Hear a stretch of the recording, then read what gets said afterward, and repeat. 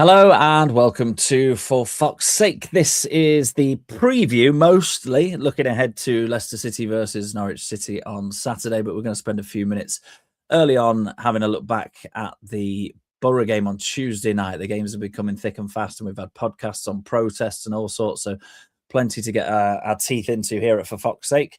We've got Tom and Joe with us this evening. If you are watching along live on Facebook, X or YouTube, we would love to hear from you guys as well. So drop your comments in. We'll talk about pretty much anything you want to talk about Leicester City related in the next half an hour or so.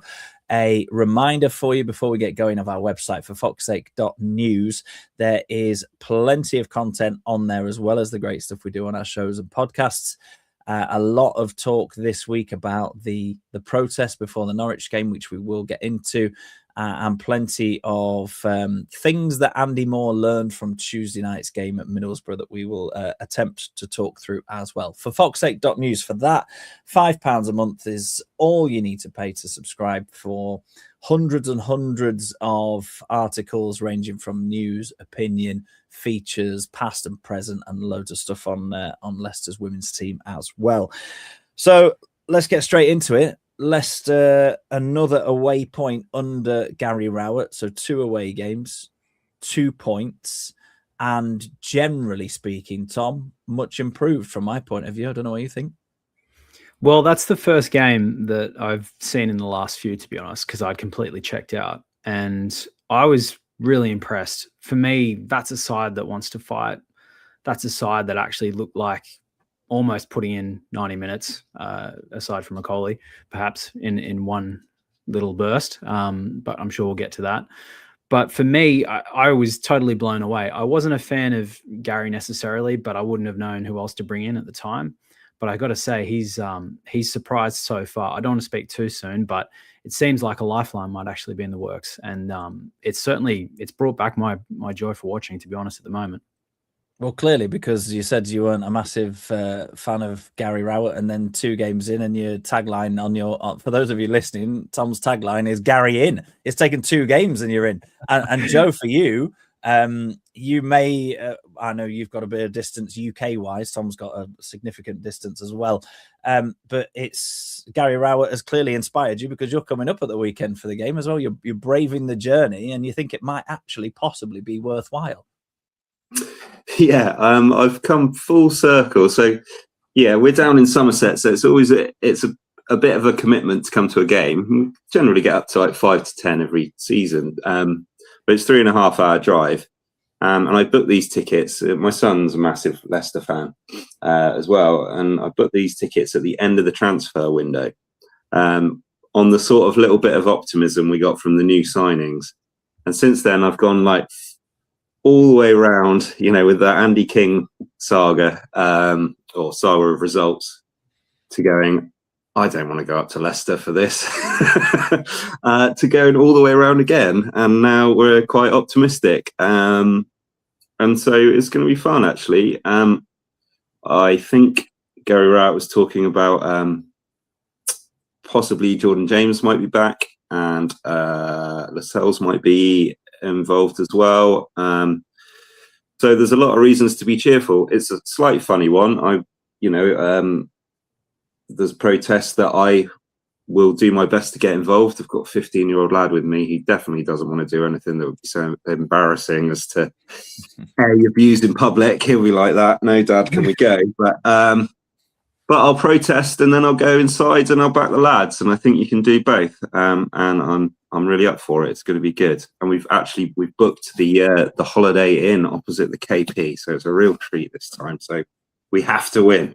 We have to, absolutely. Let's just go to the comments. Hello to everybody that's watching with us live this Thursday evening. It's good to have you with us. Manny is saying, nice to see Gary being active on the touchline and trying to keep the players focused. Yeah, absolutely. And Tony as well, good evening to you, saying Rowett has done more in a fortnight than Cifuentes did in 6 months, organised the side, and the team show commitment. Yeah, well, it's been a real sort of, nobody really blamed Marty Cifuentes. I know that he had to go. Something had to change. He was getting to the point where there was no way he was going to keep us up with the approach that he had, either from a personal point of view or from a footballing point of view. So I don't think he questioned the decision to remove him from his job, but I also don't think a huge amount of people blamed him. And then people were torn. Do we blame the structure of the club? Do we blame the players? And some people went sort of between the two. And I think most of us actually settled on a bit of both. And the players didn't do Cifuentes any favours. I think he spoke really well, Cifuentes. Nice bloke. Had some decent footballing ideas with a different team in a different time, maybe. But it's clear that the lack of sort of drive, determination, and willingness to work from the players is not because they don't have it. It's because they didn't necessarily feel forced to show it, even when it was kind of like the league table and the 6-point deduction is doing us no favors. Gary Rowett's come in, and I don't think he's necessarily a horrible bloke. He's not old school in the sense that he's absolutely going to be gobbing off at the players, but he's given them jobs to do and said, this is how hard you need to work to do your job. And so let's just go back to Tony's point, saying he's done more in a fortnight than Cifuentes has in 6 months. In that sense, I would totally agree. Tom, what do you think? Has it been a fortnight? I think it's only been like 6 days. It's probably not. It feels like a fortnight, doesn't it? Yeah, it's less, which is only more credit to Gary. Look, he knows how to organize defense clearly, and that's still something that he's working on. But there is something about the outline of Gary that's actually quite comforting. And I found myself watching him online and thinking, oh, actually, I feel good about this. He kind of cuts a bit like a Tony Pulis figure on the sideline with his cap on and that weathered face. And you just think this is somebody that's been around English football and knows the division. And I know that Cifuentes had that stint with QPR, but I just don't think he fully grasped exactly what's required for this division, but also for this broader situation that we're in. I completely agree with Joe. I'm somebody that sits in between being furious at the structure of the club currently and how it's been organized up until this point. But Marty was not the solution. And I think we've seen that just with the nature of the turnaround and how quickly it's happened. So, yeah. Yeah, and let's look a little bit at the Borough game then. We haven't got time to go into it in too much detail, but I think apart from an absolute hospital pass by Caleb Okoli, Leicester probably come away with, maybe not totally deserved, but they come away with a 1-0 win, and to do that against second in the league would have been a fantastic result. At the end of the day, we take a point and we that's probably all we deserved. It was interesting afterwards as well that Gary Rowett was willing to speak about it, and he didn't throw Okoli under the bus, but he also made it very clear that was not his instruction. If that was under Cifuentes, some of the blame there would have been laid on the style of football that Cifuentes wanted to play. He would have said, okay, Okoli has been told to play those balls into midfield, but Gary Rowett said, yeah, look, Okoli knows that he should have gone long there, and that's that, and he's kind of left it there. So we now understand from Rowett's point of view that he's not tried to get Okoli to be that ball playing centre back. He should have gone longer. Maybe he even was trying to go longer. Who knows? But mixed bag, Joe, on Tuesday night for Okoli. Fairly easy header for the goal. And he played his part in the defence, not conceding more than one. But then also he did what Caleb Okoli does and managed to put us in a situation that led to us conceding. Yeah, I mean, if you are a manager trying to make Caleb Okoli a ball-playing centre-back, I don't think you should be in the business, quite frankly. You need your head checked. Yeah, I mean, I didn't actually think he played awfully, apart from it's really hard to see past that awful pass. Really bad timing as well, just before half-time. There's just no need. Everyone, I mean, we were so angry. We were really, really annoyed. But the set piece, great. Mikasa's delivery, I mean, there's a few things we can say about him. I've noticed him on corners. His delivery into the box is really good, as well as most parts of his game for an 18-year-old lad. And it was a good set-piece goal, which we haven't seen many of, and scoring from balls into the box like that. So, that's a real plus. And for both games, the Stoke one, I think we should have won. We kept battling to the end. We didn't go into ourselves. Massive change from what we've seen. Some of the horrendous sort of choking that we've seen from this team this season. So really good first game for Rowett in charge. And then the second one, a draw was probably fair. Begovic, who was my man of the match, had to make a lot of good saves. Tom, last time we were on together, I sort of said, you suggested putting Begovic in. I said maybe stick with the youth if we're gonna go down that road. I was wrong on that front. I think Begovic has done a better job than Jakub. And yeah, just a hell of a lot more grit and determination to go to the end. I think we still could have nicked it. I was watching a stream with the Middlesbrough commentators who started off very full of themselves and gradually quietened down as the game went on, and were quite worried. And they managed to, with our goal, we shut up the stadium and their fans. You could hear the Leicester fans going. So a lot of positives from that. I really think so. And when we were saying 2 weeks, and a no, is it only a week? You think he came in, Gary Rowett. He's literally had 2 days before the first game, or 2 or 3, and then what, the Middlesbrough game was on Tuesday night, so they haven't really done a lot of training. So whatever he says, it's good. It's fairly impressive immediate reaction, and that's why I think we're all looking forward to Saturday, thinking, come on, game at home. We can surely get a win for, what is it? It might be our first win in about 100 matches, it feels like. Something like that.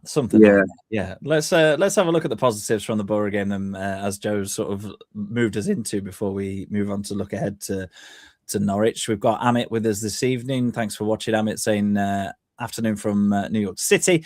Mukasa was pure class against Borough. Skip played a great game, and I was Rowett is the back to basics voice that the players need. Absolutely. Let's leave Ayew because we haven't got time to whinge about him this evening. But it was interesting. We will talk about Mukasa specifically in a second. It was interesting. A few different sort of man of the match polls, either the unofficial ones that are happening in your WhatsApp group chats, and we here at For Fox's Sake have got a WhatsApp group chat, and there were a few different nominees for man of the match there, and on Twitter and social media as well. And a lot of people you spoke to would have different ideas for man of the match.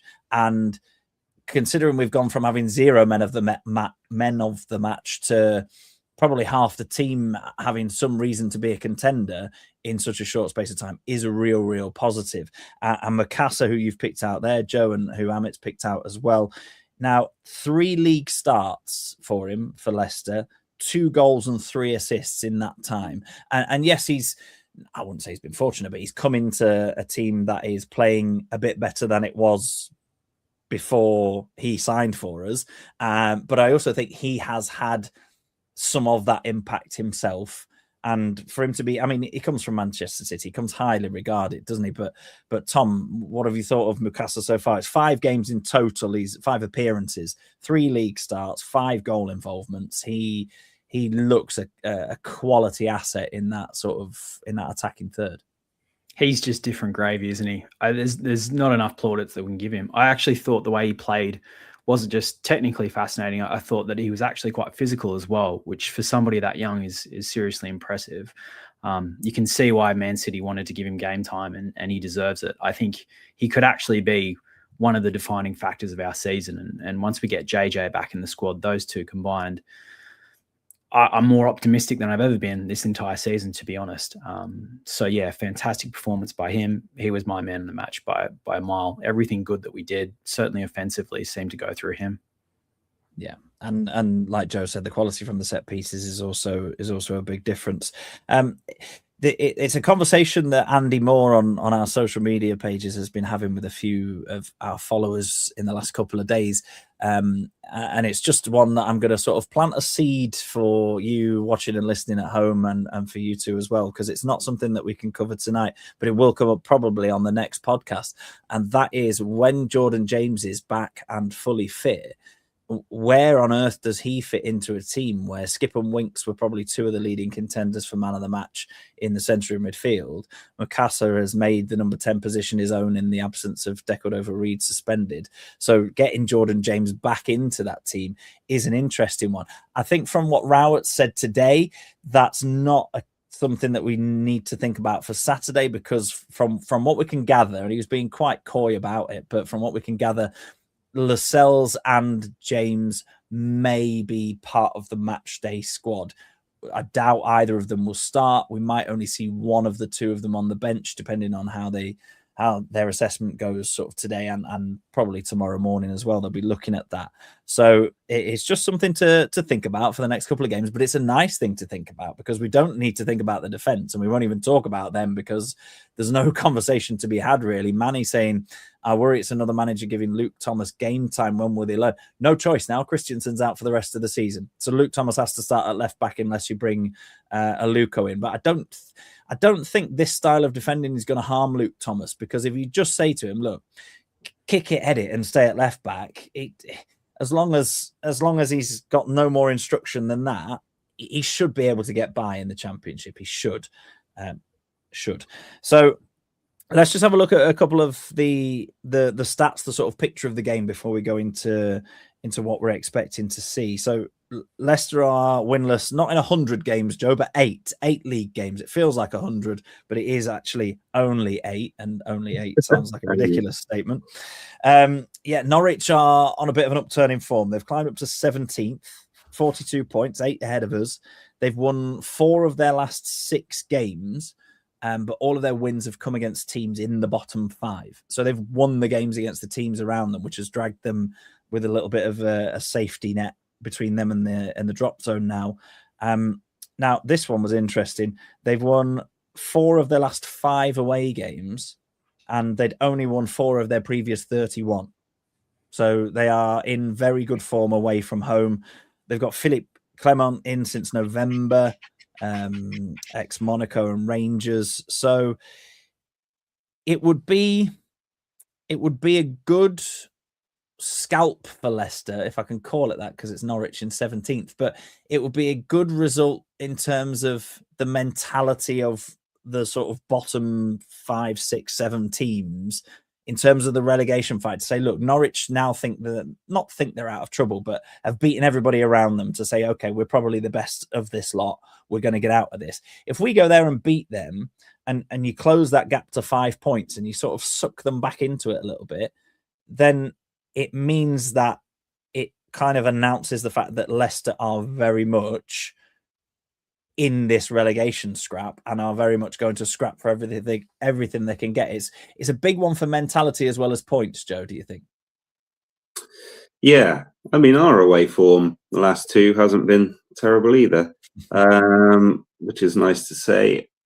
Yeah, I mean, I think the trouble, I genuinely think, even after this terrible season that we've had, and I just drop in Marty Cifuentes, nothing personal against the guy, but what an awful job he did, really. Because I do think we can beat anyone in the league, really. We've just gone toe-to-toe with Middlesbrough, probably could have won it. Stoke as well, probably could have won it, should have won it. And I'm not worried about Norwich, even if they are in some good form. It's not really about the team we're facing. We've shown we can do good halves of football. We've just been so erratic, but we know the talent's there. I'm really looking forward to seeing Jordan James and Mikasa in the same team when it comes. We can score goals against anyone. We know the attack isn't really the problem, even though we don't believe in strikers. And we like to put Jordan Ayew on. But yeah, I'm not worried about it in terms of who we're playing. And the reason we're all a bit more optimistic is, as we say, we've seen this upturn in mentality, in grit, in just fighting for the points and fighting till the end. So it's really down to the guys to do it in front of the home crowd now, really. And I think if they do that, and they put in 100% effort, we've got every chance of beating Norwich. Yeah, just speaking of strikers, before we get Tom's thoughts, Tony's saying he's concerned that Richards is becoming a new Edouard or Carranza, in the sense that we've hardly seen him at all at the moment. It's an interesting point, and I guess it's an interesting position for him to have come in to, given the fact that we do have more options than any in across the sort of front four, if you count the sort of number 10 position. So yeah, maybe he's got a few roles to play off the bench in a couple of months' time. Young lad, not played a huge amount of senior football. So but I totally take your point, Tony. We need to talk about the protest, because Joe, you were saying just before we came on that that you'll be joining the protest if you can drag your 15-year-old along to be in that kind of crowd. And I think, I don't think I'll be alone in saying this, that my viewpoint on it's changed slightly. Now, those of you who've been watching our shows, listening to our podcasts, reading the website, will know that we have deliberately, as an organization, tried to make sure that we're at least listening to both sides of the argument, and I say both sides, it's not just one versus the other. Listening to all supporters and trying to put as many different opinions across as we hear, essentially, as a sort of platform for the fans.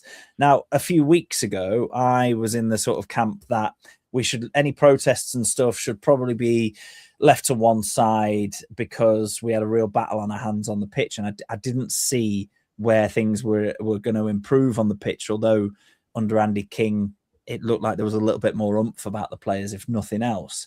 But having written some articles on forfoxsake.news, which you can get for just £5 a month, and Andy and myself have been across this with, I think we've got 4 or 5 different articles around the protest on there from the last week or so. I've kind of come to the understanding, and this is what a lot of people are now also talking about on social media, the sense that because we feel more positive about things on the pitch, and that's what we've covered in the last 20 odd minutes here. I feel like going to the protest and protesting against the owners can now be very much a separate thing, because you're going into the ground with a bit more optimism about what's going to happen on the pitch. Whereas maybe a week or two ago, we were feeling so disillusioned with what was happening upstairs and so disillusioned with what was happening on the pitch that actually it felt like the negative energy that would be built up during that protest would then be taken into the stadium and then would negatively affect the team. And that was why I had some reservations on it. But now I think actually, because Gary Rowett has seemingly turned things, or the tide is starting to turn, I feel, I mean, I'll be going along to the protest, but mainly from the point of view of getting some coverage of it for our website and our channels. But I would probably have gone anyway now if I was just going down as solely as a fan, because I feel like when you go through the turnstile, actually, you're gonna leave that outside the ground, and then you're gonna go in and you're gonna back the team because you feel like there's something on the pitch for you to get behind now. Tom, would you say? I'm interested in your thoughts on my opinion, but also your opinion on that.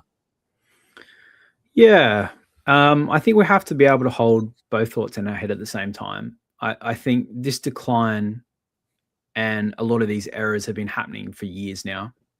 And a couple of results, as brilliant as they are, shouldn't take away from the fact that that's not good enough. We shouldn't have to be in a position where we're having a serious conversation about getting relegated to League One, to be open and honest about structural failings at the football club, or perhaps even a lack of awareness or the right attitude at the higher upper echelons of the club, recognizing that there is a problem here.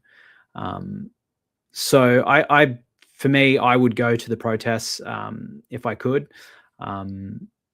But yeah, for me, as soon as you're in the ground, you'd still want to be able to support the boys. And I think it's important that we do that and be able to be across both sides of that argument at the same time.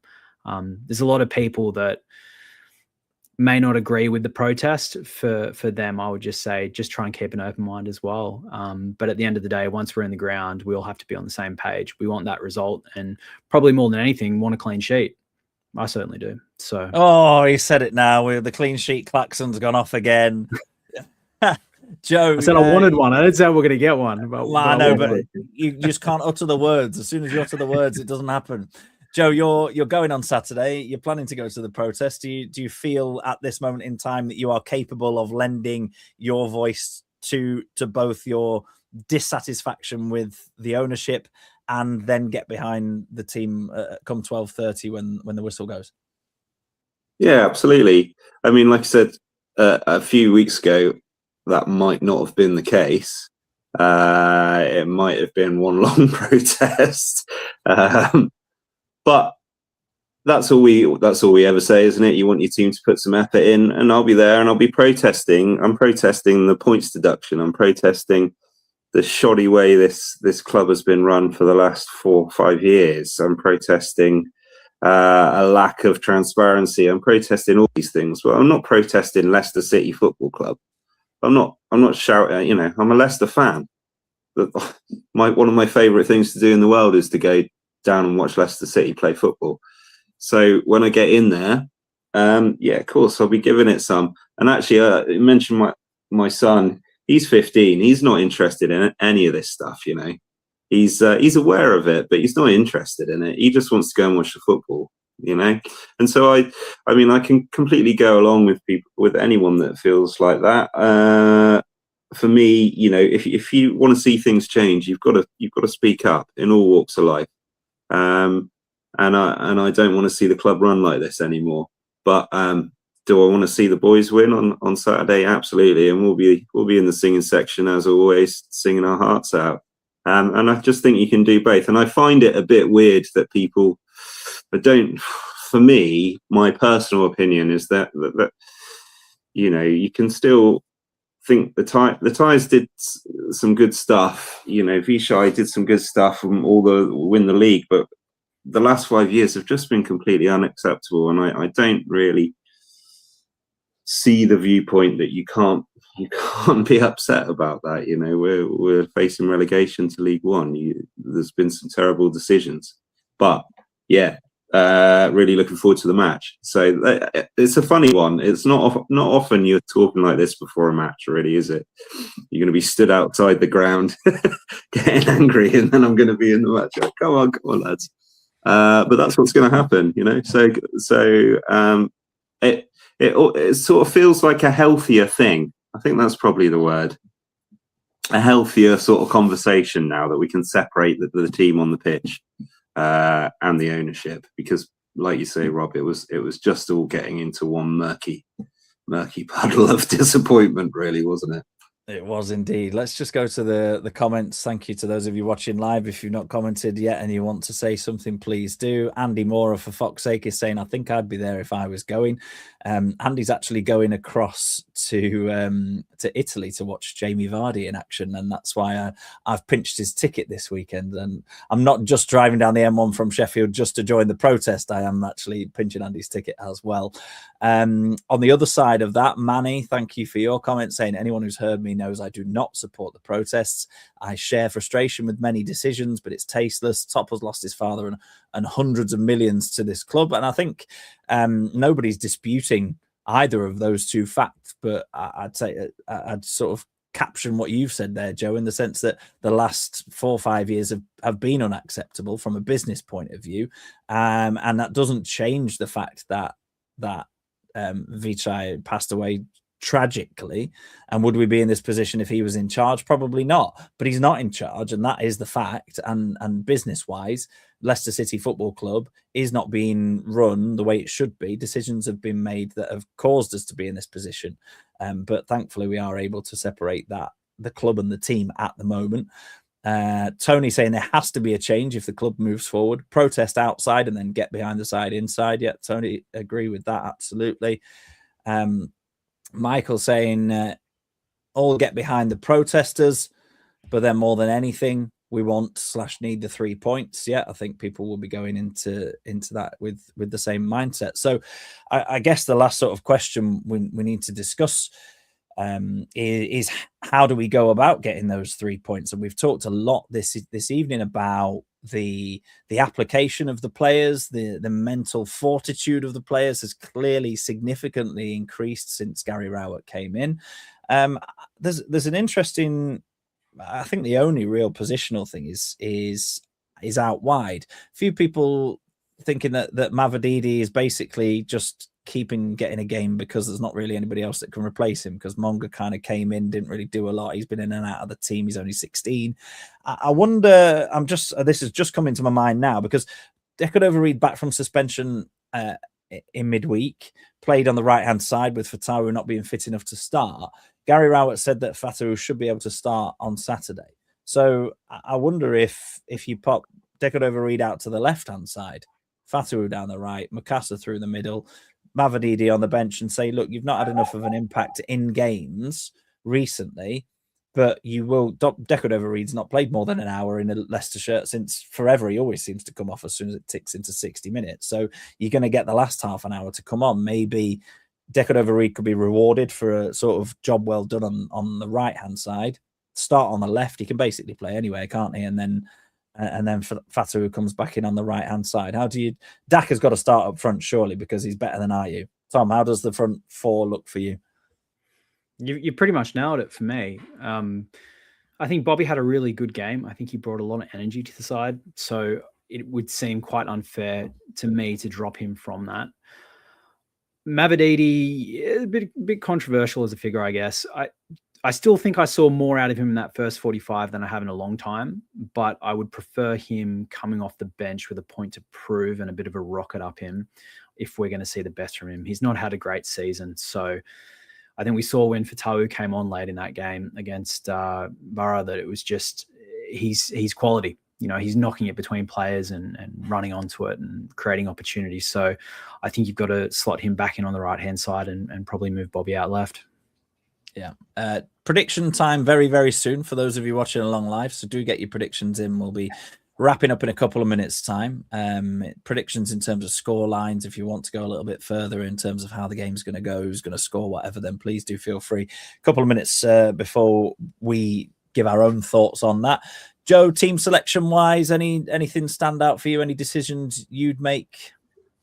Yeah, I mean, the Steffi one's, it's a funny one, isn't it? This season, if I think about the team, there'll be a few things I remember. And like one is Luke Thomas getting beaten or not failing to stop a cross or whatever it is. Another one's going to be Steffi Mavadidi somehow missing an open goal or an absolute sitter.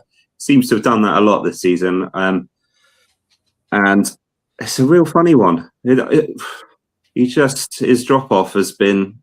I saw a little stat today. I think he's got 2 goals and 1 assist. Well, Jeremy Monga's got 1 goal and 2 assists in like a quarter of the minutes. I mean, I don't particularly, Jeremy Monga hasn't really pulled up any trees, unfortunately. But yeah, that I think probably putting Bobby Reid there is a good shout. I quite liked Abdul just coming on late. That's quite a nice thing. A luxury that we probably don't have, but running at tired defenders later on in the game. But yeah, it's a shame really, because he was great for us in the last championship season, and then I like the player, but he just doesn't seem to have any real goal threat, and I think a benching would help that. So and yeah, like, what are we going to do about the defence? Does Lascelles come straight in? You don't particularly want him to come off the bench, I don't think. That's what Rowett sort of seemed to say the other day. He prefers his defenders to do the whole game.